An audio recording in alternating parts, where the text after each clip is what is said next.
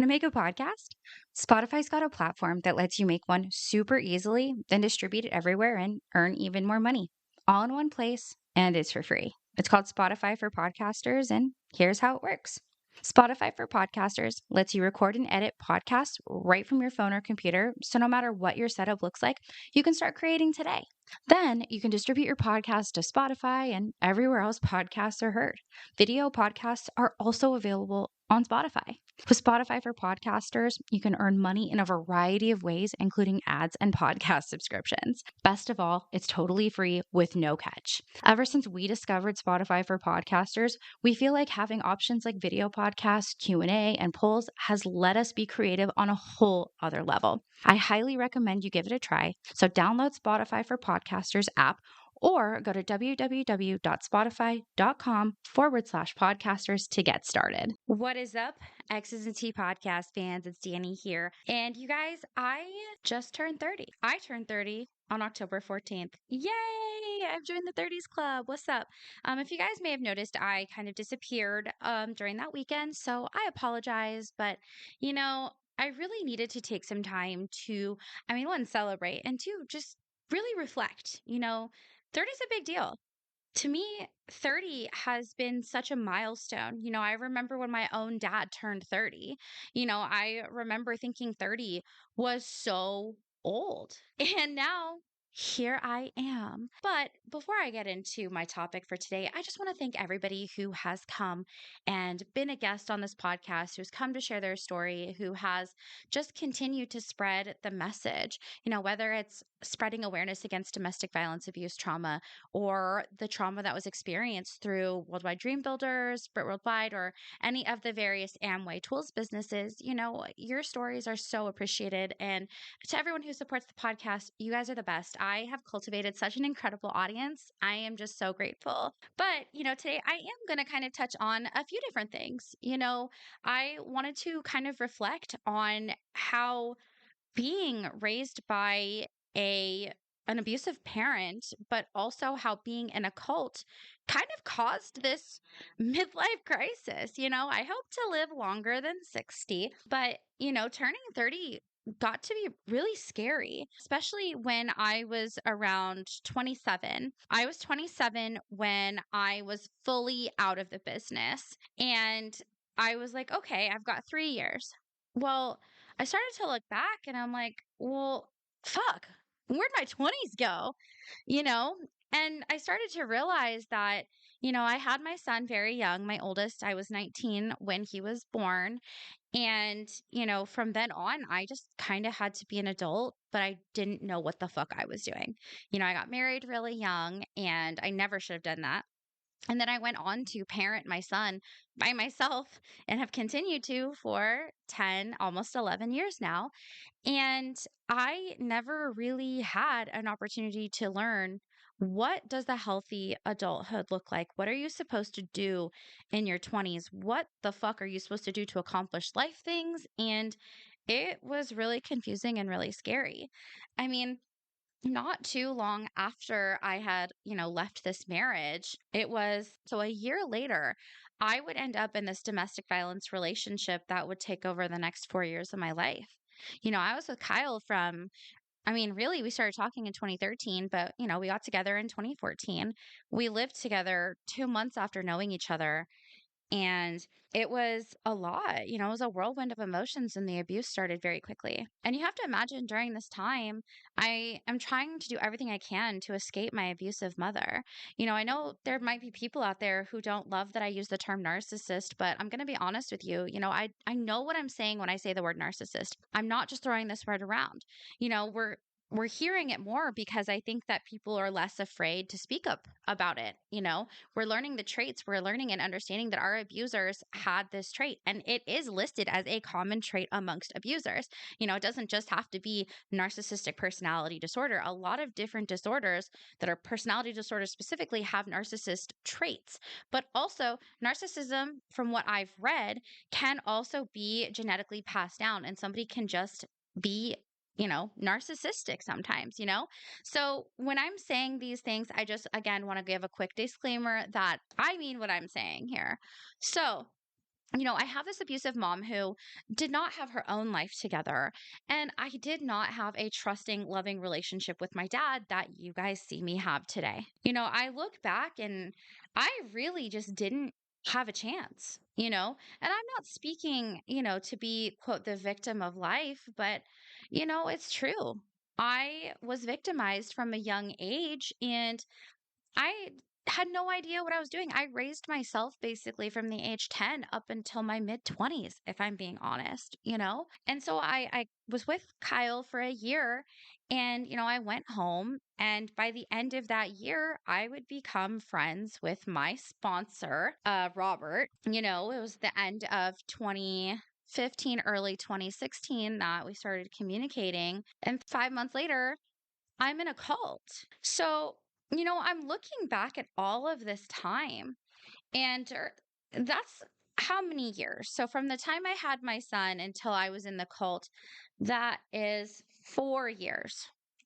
So during those 4 years, there's so many things that I could have been doing to prepare myself to have success. And I really didn't. I very quickly got into, you know, the 9 to 5 workspace. And it was a lot. I worked a very toxic job when I was with Kyle.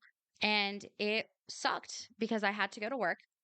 I had this toxic manager who would make me work off the clock, would threaten my job all the time. She would talk crap about everybody. She was just not a good person. And then I would go home to my abuser, Kyle. And then I'd have to be a mom and I'd have to take care of everything. And I just remember being so stressed out during this period of time.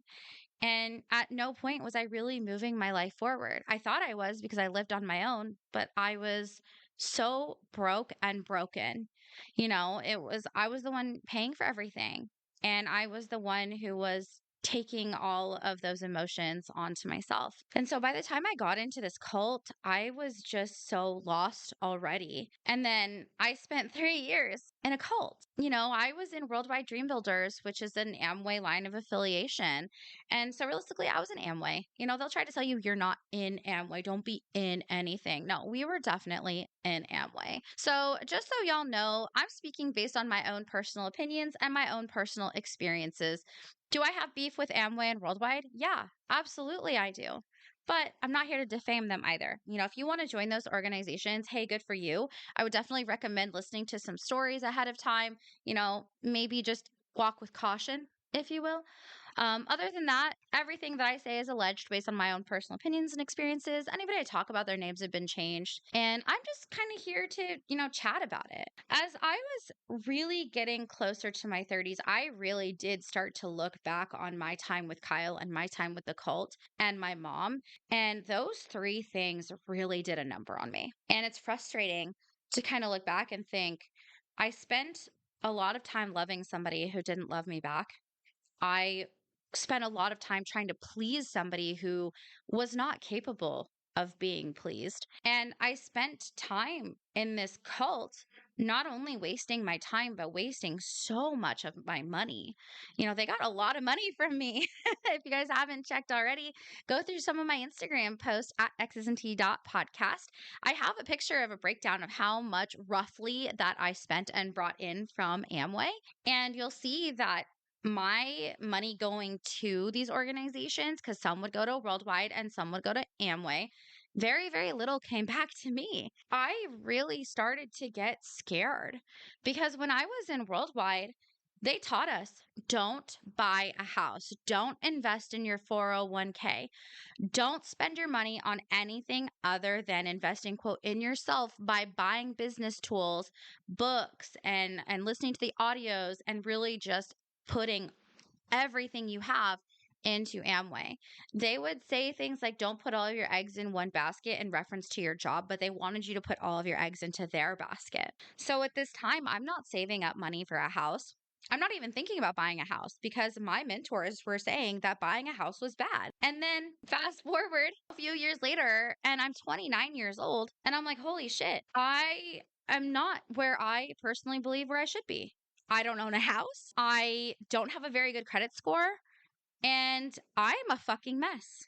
So, really from the ages of 27 to 29 were the biggest healing years of my life. And there are still moments that I have, you guys, that I break down. I have PTSD, I have anxiety, and I get triggered sometimes. I'll cry and I'll be sad because I had this vision for being 30, and I have not lived up to any of that. And a lot of that was because for 3 years, I was listening to these stupid coaches and worldwide dream builders. I was being manipulated into spending all of my money. And who was getting all that money? The platinums and above and Amway. Those were the people who were getting my money, and I was making nothing. I was making so little money that I had to barely scrape by. I have a lot of mom guilt from being in the business because there was a lot of time where my son and we were doing Postmates to barely scrape by. I would keep him out until 11 or 12 at night just to have extra money. Did he have fun? Yeah, we kind of talk about it now. And, I was pregnant at this time too. And we talk about it, and he's like, that was fun. I got pizza, and he looks back on it fondly because it was time that we spent together, but it wasn't the right time that we spent together. We could have been at home playing board games. We could have been, listening to music. God, the amount of audios I made this kid listen to, I feel so bad. But, I can never, and looking back, I can never get that time back. Ever. I can't go back and be like, Danny, don't do it. Don't join Worldwide. This is going to derail your life. And it's going to take you years to rebuild. And it did take me years. So when I kind of go back to this vision that I had for being 30, I'm not where I think I should be. And I know that everyone's like, well, everyone's place in life is different and you're right where you should be. And in all reality, I'm a lot closer to where I want to be. I have a very stable, healthy relationship that I've been in for 4 years. I have a great relationship with my kids. I am learning so much about my neurodivergent children. I'm learning so much about myself. I've gone to therapy. But for some reason, I still fall short of my expectations. And part of me feels like that's something I still haven't shaken from my time in Amway. And that's something that I don't think a lot of people realize. Being in a cult is so many different things all at once because you have to leave the cult. Well, let's back up. First, you have to join the cult, right? You're finally in this organization and you're being love bombed. These people become your best friends. They become your mom, your dad, your family, your cousin, friends, whoever, and they isolate you. That's your entire life. For 3 years, you know what products you're buying because you're not going to the grocery store and buying quote brand X, right? You drink the same energy drinks, you eat the same bars, you put on the same makeup, and you can't deviate from that because you'll get criticized. So for 3 years, I was going to meeting after meeting, paying babysitters, arguing with my mom because I just didn't want to pay for a babysitter and she'd offer to babysit for me. My son would do something to upset her. She would text me and basically rip the rug right out from underneath me and say, you need to come get this kid. He's out of control. And it was really traumatic. I'm trying to do all of these things all at once and I'm being spread so thin, but I'm still gung ho about this organization because they are love bombing the shit out of me. And the saddest part is that we can't even really be true friends with anybody. They say, oh, these are going to be your quote best friends. They're not your friends. Best friends are there for you regardless of money or not, PV or no PV.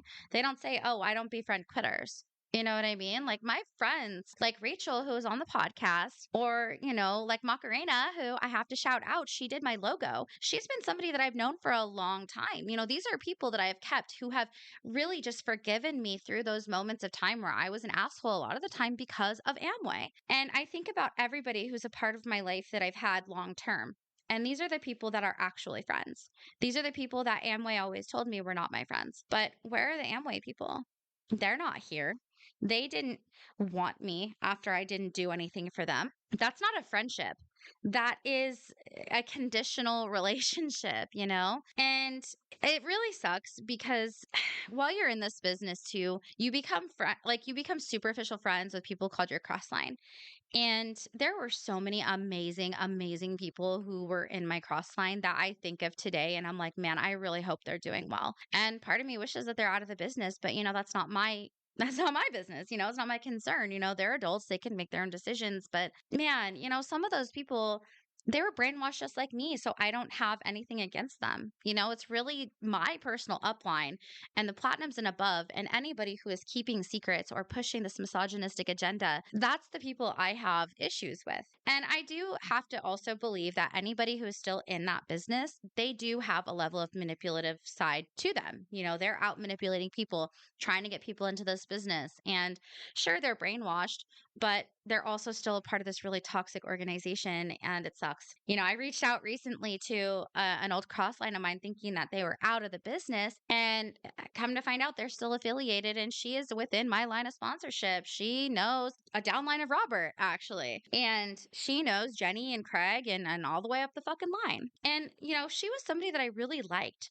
Her and we kind of connected a little bit. She reached out to me when I had first left, and I was kind of afraid to talk to her because of the rules, right? The cross-lining rules. And so I gave it some time, and I was thinking about it, and I was like, maybe I'll reach out to her, And I said, hey, it's been 4 years and I figured it was safe, And she's like, oh, we're actually still around. And I was like, oh.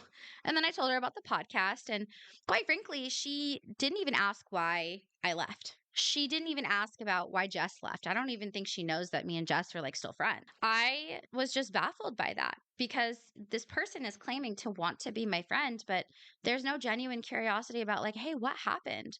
Why are you okay? How are like none of that. It's a very still superficial relationship that, hey, if you're listening to this, like I have nothing but respect for you, but like I really hope that you get out one day. I hope that you see that this organization is so toxic, and the money that is being wasted and the time, and that you can have genuine friendships and actually change people's lives outside of this business. But, it makes me sad because those people are still heavily brainwashed and they're so involved in this business. And, reconnecting with that person, knowing that her husband, possibly her kids are all still there, and this type of conversation, it really does trigger me a little bit because it brings me back to the functions. You would talk to somebody and you would really connect with them, but you couldn't connect with them. We were friends, but we weren't friends. They were people that we could ask about the weather. We could talk about our favorite audios. We could talk about our favorite products. We could talk about what we were excited about in life, our goals and dreams, and all the positivity.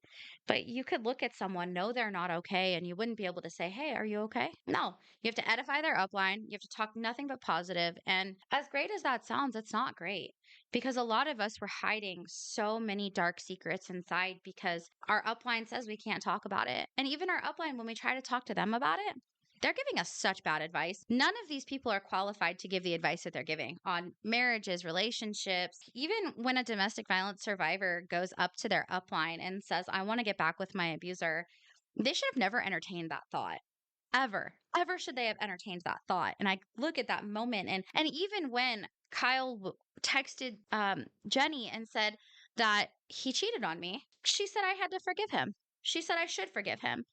And looking back at that, a true friend would not do that. A true friend, too, she had this information for a whole month and she didn't tell me. A true friend wouldn't do that. I guarantee my bestie Rachel, she would be cursing that motherfucker out. She would be texting me, calling me. This wouldn't even be text message. She'd call me immediately and be like, girl, I have to tell you this. You need to get rid of this motherfucker right now. And that is how that should have gone down. But no, it was a meeting at Starbucks a month later, knowing that he did this to me, allowing me to continue driving 6 hours one direction to continue these domestic violence classes just so he and I can be in this relationship because I have this facade that they have continued to put into my head that this is a good idea, that this relationship is going to be great. They're going to change him. And what did it do? I got pregnant because of this coercive abuser. Right? I was sexually assaulted.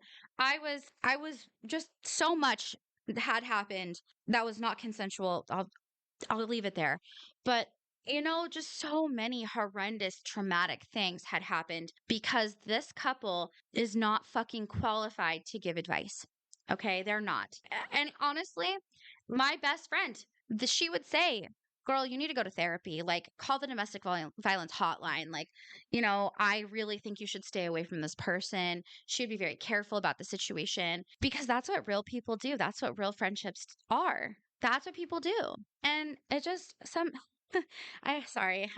having a hard time because part of me wants to like cry, but like I don't want to cry because I've cried a lot already, And that's how I spent my 20s, having these really superficial relationships, getting shitty advice, growing further and further away from my family, having nothing but disrespect for my father, who deserves nothing but the most respect. You guys, I don't think anybody truly understands. You guys, I didn't have a good relationship with my dad. I was poisoned against my dad for so many years. We're talking like a full decade of time. I was taught that my father was a horrible person. My mom would say the absolute worst and the most atrocious things that you could imagine about my dad. And she would, let me do whatever I want. She would let me drink. She would drink with me. She would let me smoke weed. She would let me smoke cigarettes. She really just was never a parent to me. And that really set me up for a life of inconsistency. And I'm grateful that I never fell down the road of drugs. But I do feel like if I would have gotten closer with my dad earlier in my life, I would have probably made some better decisions earlier on. Obviously, I can't take it back. I love my kids more than anything. But sometimes I look and I'm like, man, if I had just made one different decision, could my kids have had a better life by now? I don't know that the mom guilt ever goes away, but I feel so bad for having ever been in this organization. And ultimately, I know it was my choice to stay. But, I'm mad at all of these people who were abusive to me. And that's okay for me to be mad. I didn't choose to have an abusive mom. I didn't choose for my boyfriend, who I loved more than anything, to groom me into this relationship and then abuse me. I didn't choose for that. In this type of relationship, it's not a choice. I don't understand why anybody out there seems to think that, why do you keep going back or why do you stay? Y'all, it's not that simple. Okay, first of all, it's Domestic Violence Awareness Month. Hey, October, wear purple, you guys. But it's a topic that is so hard for anybody to really explain, but it's really common. You guys, people are stuck in this cycle of abuse where you are groomed so much. Like, this person love bombs the fuck out of you to where you feel like you've never been loved like this before. They give you some of the greatest moments of your life. And by the time they start to abuse, it's a slow process. It really starts from their mask slowly slipping. And by the first offense, you're like, oh my God, I don't, and then they promise it'll never happen again. And then it keeps happening. And then you're kind of in this, I just want everything to get better. And you start thinking of circumstances like if X, Y, and Z was over with, everything would be better. That's why I got back together with Kyle after he got out of prison, because it was like, oh, okay, well, all of this stuff hanging over his head, it'll be gone. He'll be better. No, he was always an abusive person. I should have never been encouraged by them to get back into this relationship. Their first words to me should have been, you need to call the domestic violence hotline, like go talk to a therapist. They're here to give you all the advice in the world. But when it's not good, they'll be like, oh, well, we weren't professionals anyway. It's like, which is it, y'all? Which is it? So, that's the first part. You're in the cult. You're so love bombed and you want to believe it's going to be real so bad. You've even given up your whole life for this. I didn't go to college. I was ready to. I had taken a college entrance exam just to see where I would stand. And, my math score being low really discouraged me, but I was going to do it. And I had even talked to my dad about like potentially moving in with him and going to college. And, it was going to be okay. And then I gave my entire life to this business for 3 years. I know 3 years sounds small in retrospect, but that's 3 very important years that I could have been saving for a house, that I could have been going to school to better my education, to actually stay consistent at one job. You guys, if anybody's ever been a part of Worldwide, and especially in my line of sponsorship, you guys know that there has been job hopping like crazy, especially if you know Jenny and Craig, especially if you know I don't remember what I called them, Justin and Brittany. They are John and Barbara's kids. The guys in these relationships were jumping from job to job to job. And that's what I was saying. They're always telling us, if there's a better opportunity, get it. Anything that would make us more money to give to the business. That's what it always came down to. And they would say, "Oh, well, it's good because you're always advancing." But I wasn't advancing. I was moving adjacent. I was going to the side. I was never moving myself forward, only sideways to make more money for them. And realistically, all that did was put me backwards. So it's like I was running in place. I wasn't moving forward. And I guess with that extra money, I wasn't technically going backwards. I was just standing still in the fucking mud for 3 years. And by the time I decided to leave the business, it really was scary, because what was I going to do? I had told everybody I was going to do this business. Everybody was right. Everyone was like, I told you so, especially my dad. But he never once, like, yeah, sure, he was like, I told you so, but he never once didn't help me afterwards. It was very hard at first. I had to learn how to spend my money again. I had to learn how to save money. I had a really bad credit score. I was never coached on how to have a credit score. We were always told don't have credit cards. I should have had a small credit card back then to slowly start building up my credit. I got to buy a car cash like they told me I should. But the only reason I did is because I had a bad credit score. And it was during COVID where I got laid off from my job. I had no preparation for any sort of emergency that would have come up. And that's really scary to look back at. And I never really had a great upbringing with money, anyways. My mom has never been good with her money. And that's the example that I took after. You have the process of being in the cult, and then you leave the cult. Okay. And even just the leaving part, there's so many different steps that come afterwards because you're talking about days and weeks after you leave. It's weird. You kind of go from being very busy to nothing. It's like hearing a lot of noise and then sitting in silence. You kind of have to learn how to think for yourself. A lot of people felt relief. I know I did. But at the same time, there was also like, well, what the fuck do I do now? I got to go to the grocery store and I got to buy my own products. Some people had panic attacks doing that, you guys. Some people went to makeup store and were like, what the fuck? I've only been using Artistry, which is Amway's makeup product. Or they went to maybe the store and they were going to buy a protein shake and they're like, I've only ever had Body Key or whatever the Amway brand is, or buying energy drinks. They've only had excess for years. And so these things that may seem simple and may seem exciting to some are very scary to others. And that was kind of where I was at. It was exciting, but it was scary. I no longer had this huge community of people in my corner, but they were never really in my corner. But that's part of the process. I didn't realize that. Part of me kind of thought, well, maybe I should go back. I miss my friends. I miss the community of it. I miss the camaraderie. I'm an extrovert naturally. I love talking to people. If y'all don't know, me and Kelly met at a grocery store because we were both wearing the same Eric Church shirt on 4th of July. And I'm always just a very talkative person. So going from these events where I got to talk to everybody and then not doing anything and sitting at home was kind of weird, but it was kind of a good thing because I had a newborn, I had a little baby, and I kind of went through this time where I had three jobs just to be able to survive. All of them were work from home plus apps on the side. And it got down to 2 jobs, and then COVID hit and I had none. You guys, I had not worked from the time I was 17 until now, or until COVID. That's a long time. And it was sad. I saw it coming and I know it wasn't my fault, but I definitely cried. And I think around that time is when I really started to look into things with the business because I remember getting laid off from my job and having that extra time and really thinking about what the fuck did Worldwide do to me? And I started looking up Zay and Melody's videos. You guys, they are the pioneers. I will always credit them. If you have not checked out the YouTube channel yet, Zay, Z-E, Melody, Melody, and Seven. I think a 7 is spelled out Seven. So Zay, Melody, and Seven.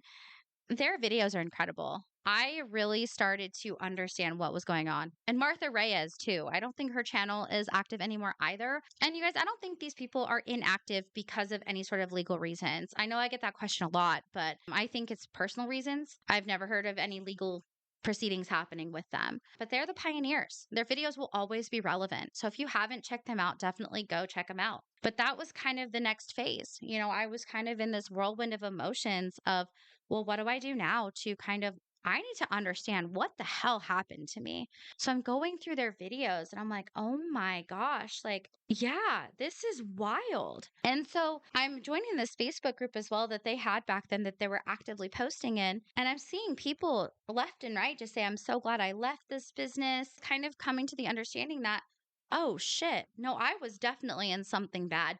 So it was just continued research. But I kind of twiddled my thumbs for a couple of years because I knew I wanted to talk about it. I just never knew how. Thankfully, during that time, I reconnected with Jessica and we were able to kind of digest together. We were able to understand what happened. She had just gotten out of it, but she was also leaving a domestic violence relationship. So there was kind of a lot going on all in that time, but I'm really grateful for her because we really have been able to connect on this and be there for each other. And I'm so grateful that we're still friends to this day. And during this time as well, I'm living with my mom. I'm in this moments of chaos. But there is a blessing in disguise because at the very end of 2019 is when I met Jacob. Jacob is my partner and we will have been together for 4 years on New Year's Eve. And that was kind of a small blessing, right? So I'm really in this time where, I'm still learning how to be me outside of the business, but now I'm entering into a relationship and that was a whole new whirlwind, you guys. Oh my gosh, because Jacob is awesome. If y'all know Jacob, and if you don't know Jacob, Jacob plays video games. Like that's one of his hobbies, but he does not let them take over his life. I mean, this guy works sometimes 16-hour days. He always has. He's worked very, very hard. But that was still something that I had to overcome and be like, "Oh, well, you're playing video games." And he's like, "What's the problem?" And I was like, "Well, it's video games." He's like, "So you watched 3 hours of The Office and I can't play 2 hours of video games?" I was like, "Oh shit." So it was a lot of relearning and to stop judging people. So, I really just had to take the time to heal. It's a mourning process, because when you leave your upline, it's like a breakup. You're leaving your whole group of friends that you truly felt connected to and you loved these people. And then you're starting to decompress. And then eventually you start to realize, like, shit, I don't think these people even really liked me. And I started to revisit all of these different things that had happened. I was like, well, shit, if they really liked me, I don't think X, Y, and Z would have happened. Through COVID, I was just trying to survive because I tried to get another job. And because that company had hired people and were really not prepared for it, I lost my job again. And again, that really threw me, you guys, because I'd never lost a job before. I'd never been fired. I'd never been like, hey, you're done here. Because I've never done anything to deserve that. I work really hard when I work at a job. I may not like it, but I'll do it. While I was in the business, it sucks because I really feel like I wore myself out to the point where I didn't want to work hard anymore. I was grinding so hard, losing so much sleep, just draining myself physically and mentally that I got to the point where I was like, I have no capacity for anything. I think that's when I got to be too much. And that's when I think I really just didn't want to do it anymore. I couldn't do the late nights anymore of Postmates because I had a newborn and I didn't trust my mom at this point to watch him. Plus, I'm uh, recovering from a C-section, and I had to go to a function 3 or 4 days after my son was born. You guys, I went to a function. I lost my milk supply. I couldn't breastfeed anymore. I was devastated. I cried because I couldn't breastfeed my oldest because he was allergic and the pediatrician, there was no real lactation consultant. Like they're like, you need to stop breastfeeding. And I was like, okay, that was okay. But my other baby, my youngest, I wanted that opportunity and I lost it. And that's my fault. I could have gone, they had a pumping room there, but you're talking about getting up every couple of hours and you've been at this function all day and it was exhausting and I was sore and I was walking up and down stairs and I just honestly didn't do it. So I lost my milk supply. And, I got to for a while. He got the most important portions of it, I guess, days later. And I kind of was still able to a little bit afterwards. But at the end of the day, I know that I'm okay and I forgive myself for that. But, that's just one thing that they kind of took from me. They took so much, so many things that they took that I will never forgive them for. And a lot of that is the trust that I built up with them that they really, really killed from me. I mean, being with Kyle was bad enough because you don't trust guys. You think that every guy you're with is going to be abusive after that. At least that was my personal experience. So only speaking for myself here, but I was scared. I was on the defense all the time because everything scared me. And so it was a lot of learning how to be an actual fucking adult. And so I really feel like growing up for me had to take place in a matter of a couple of years in my adulthood. So I kind of had to fast forward through everything. And my dad was there for me every step of the way. By the time we kind of moved down here to Arizona, I trusted people that I should have never trusted. And a lot of that comes from being a people pleaser. You start to ignore these red flags and you look at things and you're like, that's not right, but you don't question it because you think that this person is going to be there for you and has your best interest. But then it gets to the point where you're like, I'm not gonna deal with that anymore. Here we are now. I've gone to therapy a lot. I've gone to several years of therapy at this point, and I had to kind of prepare myself for what is it going to be like my whole 29th year of life? And what is that moment going to be like when I finally do turn 30? I put a lot of emphasis on this age because for a lot of people, maybe their 20s got to learn how to be adults. But for me, it was like, I'm actually a fucking adult now. I'm the adultier adult. I'm 30. So it was kind of scary. I wanted to own a house and I thought, man, by 30 if I don't own a house. But then what? I'm not going to die because I don't own a house by 30. Realistically, logically speaking, I'm fine. I'm working still towards that goal and that's okay. I didn't hit the weight goal that I wanted to reach by 30, but I am in a much better space now than I was before. I've absolutely lost the weight that I've wanted to lose in that amount of time and I'm still going. There's so many things that I put a lot of emphasis on to do before I turn 30 and I put a lot of pressure on myself that I think really stems from being in an organization like Worldwide because they tell you 2 to 5 years, right? 2 to 5 years, you're going to be successful. And now I'm seeing all these people who've been in the business for 2 to 5 years. They haven't even broken an ankle ship. They're still there spending their money, still twiddling their thumbs, going to these business meetings for what? The association? For, quote, working on themselves. All that working on yourself is doing is putting money in the platinums and above's pockets. Those books that you're buying, that's going to John Maxwell. That's going to pay all of the speakers allegedly. That's what's going on here. During that time, they give you such big goals that you need to accomplish in such a short period of time. And that is something that I'm still working on to this day. So when you talk about being in a cult, it's not just being in the cult.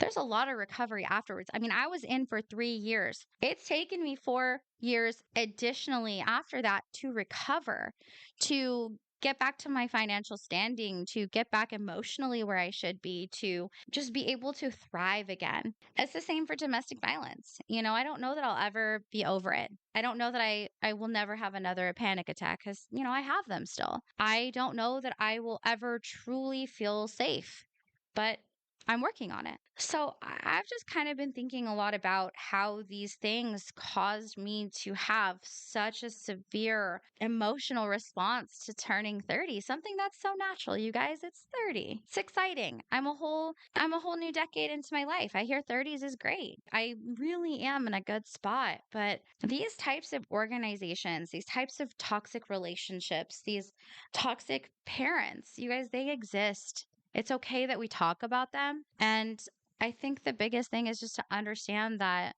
people need time to heal. Everybody's healing journey looks different.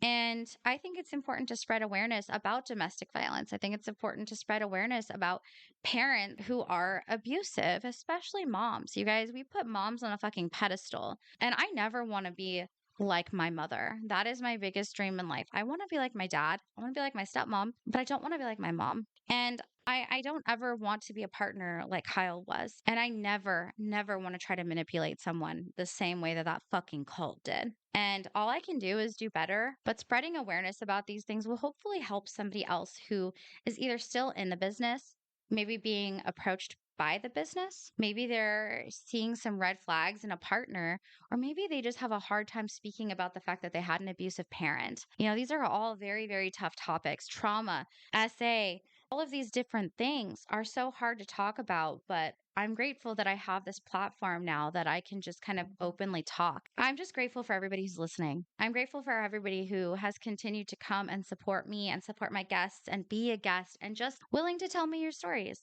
because that's what I want to do. I say this all the time, but I joined Worldwide because I wanted to help people. And that avenue was not going to help people. It doesn't help people. But this avenue right here, I feel like this is the best that I can do. And I feel like it's a great way, because people need to tell their stories, their voices deserve to be heard. That's how I had a midlife crisis. Turning 30. I'm all good, you guys. I just wanted to be transparent and just kind of talk about this is why I have these conversations. This is why I want to spread awareness on this topic because if you're also going through something similar, you're not alone at all. I just want to say that if you are thinking about leaving your situation and it's abusive, please call the domestic violence hotline. They are going to be a fantastic resource. I will definitely be linking that information with this episode, as well as go to somebody you trust. If that needs to be somebody who is a counselor, your therapist, somebody safe. If you're trying to leave a cult, find out a way through somebody safe. If you're trying to leave worldwide, it's okay to leave. It's okay to look back and not think that you wasted your life because, I mean, at the end of the day, we learned a lesson, right? We can identify these red flags going forward. We can, never join that again. We can rebuild our lives afterwards, but we can also spread awareness and help others who have also left. So I think I've talked your guys' ear off enough. But again, I just can't thank everybody enough for allowing me to do this. Thank you. If there's anything that I'm glad that I accomplished before 30 was creating this podcast and developing an audience and really creating friendships. You guys, we have a great community here. All of the people that I have had on, guest after guest after guest, just so supportive of each other and they've never met. A lot of these people have never even heard of each other. Some of them are sharing it to their crossline. Some of them are sharing it to their family or friends or whoever, right? You guys, we have an incredible community here, and this is a community 10 times what Worldwide could have ever offered, or BWW, or any of these other MLMs out there. And I think that's pretty awesome. So, all right, guys, I appreciate you guys. If you are new here, hi. Follow me on Instagram if you're not already at xsnt.podcast. You guys go follow the TikTok at the same handle. You guys can catch my podcast anywhere where podcasts are heard. And we'll catch you guys in the next episode.